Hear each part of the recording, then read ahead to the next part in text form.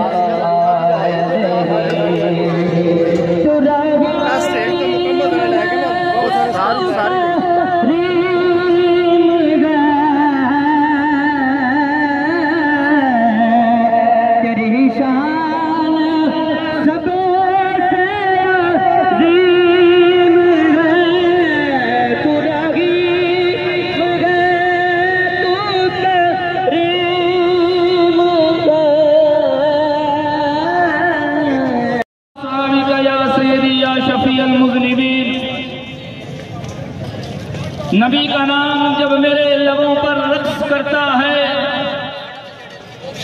नबी का नाम जब मेरे लबों पर रक्स करता है, लव भी मेरी शरियानों के अंदर रक्स करता है। मेरी बेचैन आंखों में जब वो तशरीफ लाते हैं, मेरी बेचैन आंखों में जब वो तशरीफ लाते हैं, तो तसव्वुर उनके दामन से लिपट कर रक्स करता है। वो सहराओं में भी पानी पिला देते हैं प्यासों को, वो सहराओं में भी पानी पिला देते हैं प्यासों को। समंदर जब उनकी उंगलियों में रक्स करता है, जमीनों आसमां बेखुदी में झूम जाते हैं, जमीनों आसमां बेखुदी में झूम जाते हैं। तड़प करके मोहम्मद का कलंदर रक्स करता है। हजरत मोहतरम आपको मालूम है कि आज हम सब पीरे तरीक़त शरीयत हज़रत अल्लामा मौलाना पीर मोहम्मद सरवर शाह साहब मोहम्मदी सैफी बुखारी रहमत बरकातुहुल आलिया आपकी क़ियादत में हम सब यहाँ पे देखे हैं।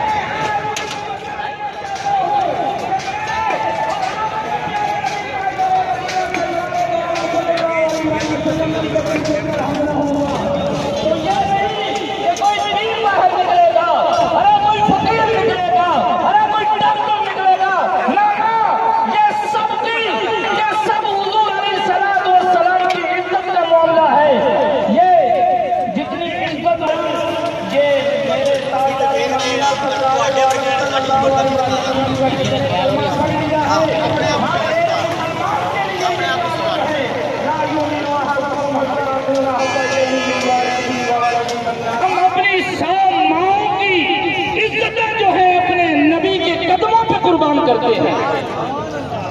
हजरत साद रज़ी अल्लाह ताला अन्हु सहाबी रसूल हैं।